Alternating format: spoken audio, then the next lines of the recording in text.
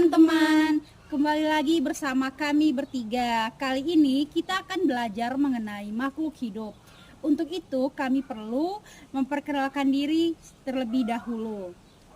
Kami dari Universitas Flores, Fakultas Keguruan dan Ilmu Pendidikan, Program Studi Pendidikan Guru Sekolah Dasar. Perkenalkan, nama saya Virgilia Stella Maris Gelerato, NIM 20222702281. Perkenalkan, nama lengkap saya Elizabeth Ervina Pada, biasa dipanggil Ervin, NIM 2022-270037.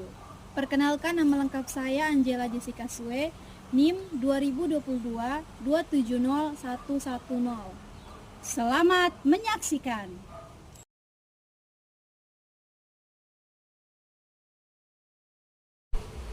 Kita akan mempelajari ciri-ciri makhluk hidup, jenis-jenis makhluk hidup, dan cara mereka berkembang biak. Siap untuk belajar? Ayo kita mulai. Bagian pertama, ciri-ciri makhluk hidup. Makhluk hidup memiliki ciri-ciri tertentu yang membedakan mereka dari benda mati. Ciri-ciri makhluk hidup meliputi kemampuan bernapas, bertumbuh, bergerak, bereproduksi, merespon rangsangan, dan membutuhkan makanan serta minuman. Ciri-ciri ini membantu makhluk hidup untuk bertahan hidup dan mempelajari kehidupan mereka. Yang kedua, jenis-jenis makhluk hidup.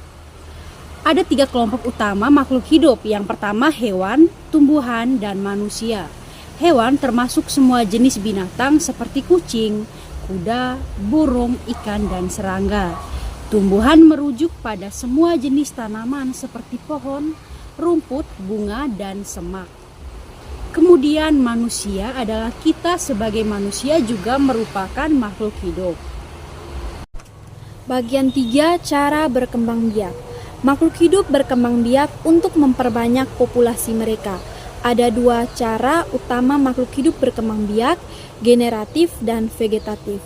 Berkembang biak secara generatif melibatkan perpaduan sel reproduksi jantan dan betina, seperti pada hewan dan manusia.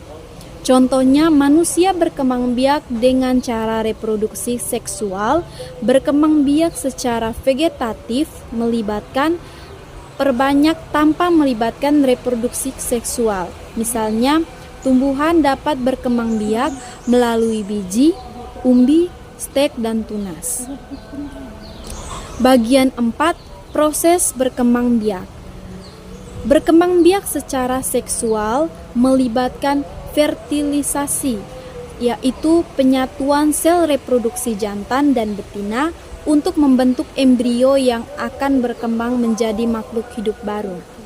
Proses fertilisasi pada hewan melibatkan pertemuan sel telur betina dengan sel sperma jantan.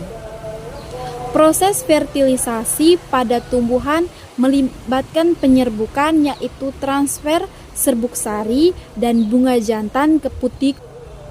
Bagian 5, perkembangan makhluk hidup. Setelah fertilisasi atau penyerbukan terjadi, embrio akan berkembang menjadi makhluk hidup yang lengkap. Proses perkembangan melibatkan pertumbuhan dan diferensiasi sel-sel sehingga membentuk struktur tubuh yang lebih kompleks. Makhluk hidup akan melalui tahapan-tahapan perkembangan seperti bayi, anak-anak, dan dewasa.